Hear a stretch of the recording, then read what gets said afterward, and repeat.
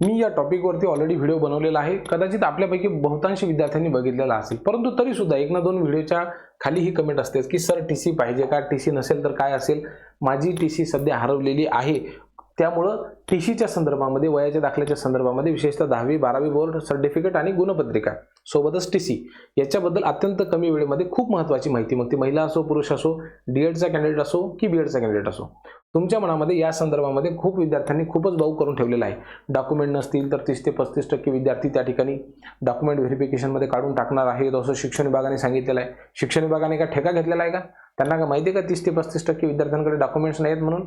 मग त्यांनी ते ज्यावेळेस सेल्फ सर्टिफिकेशन केलं तर त्यावेळेस त्यांनी का झोपा काढलेला होता काय? त्यामुळं काही विद्यार्थी तुम्हाला, म्हणजे विद्यार्थी नाही, काही यूट्यूबवाले तुम्हाला पॅनिक करत आहेत याच्या संदर्भाने, विशेषतः डॉक्युमेंटच्या संदर्भाने. एवढे डॉक्युमेंट्स लागतील, तेवढे डॉक्युमेंट्स लागतील, नाही भेटले तर असं होईल तसं होईल.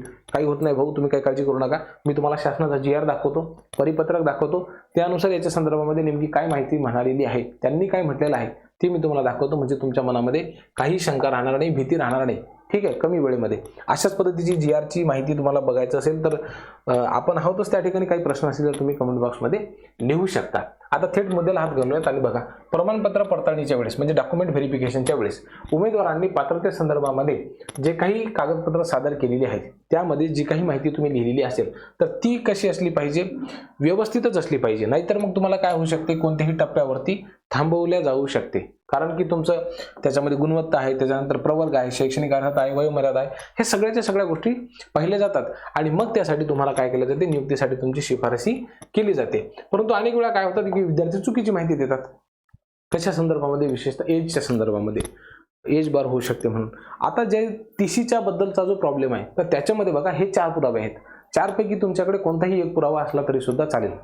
टीसी कधी लागते ते बघा, टीसी नसली तर काय होईल ते सुद्धा बघा. बघा, मॅट्रिकचं प्रमाणपत्र तुम्हाला पाहिजे कशासाठी? वयाचा एक पुरावा म्हणून.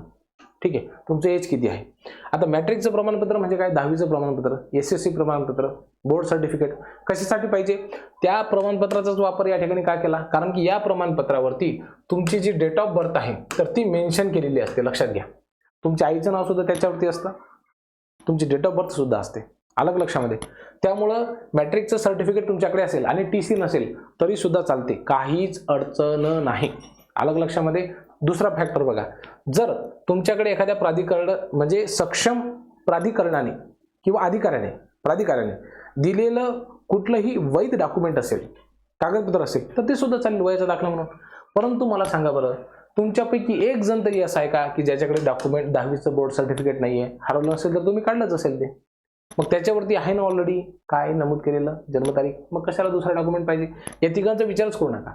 तिसरं बघा काय म्हणते, तुमच्याकडे जर जन्म दिनांक नमूद असलेला शाळा किंवा महाविद्यालय सोडल्याचा दाखला 3ऱ्या क्रमांकाला आहे. काय? तुमची टीसी. शाळा सोडल्याचा दाखला पाहिजे.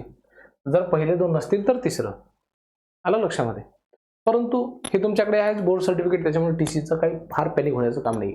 तुम्ही बघितलं असेल अनेक नगरपालिका असतील, महानगरपालिका किंवा ग्रामपंचायत असतील, ते काय करतात, जन्माचा दाखला देतात. तो तुमच्याकडे असला तरी सुद्धा चालेल. परंतु आता हे जे सध्या उमेदवार आहेत ज्या या भरतीमध्ये आहेत त्या सगळ्यांकडे दाखला असेल अशातला काही प्रकार नाही आहे. म्हणून तुमच्याकडे टीसी असेल नसेल काही हरकत नाही, फक्त बोर्ड सर्टिफिकेटवरती जन्मतारीख पाहिजे. आणि जगातल्या सोडून द्या, जगातल्याच काय करायचं आपल्याला, महाराष्ट्रामधल्या प्रत्येक उमेदवाराच्या बोर्ड सर्टिफिकेटवरती जन्मतारीख राहतेच. अलग लक्षामध्ये. त्यामुळे या संदर्भामध्ये कोणीही पॅनिक होऊ नका. काही अडचण असेल तर कमेंट बॉक्स सेक्शनमध्ये लिहायला विसरू नका. टेन्शन घेऊ नका. काही अडचण आली तर आम्ही आहोतच. धन्यवाद.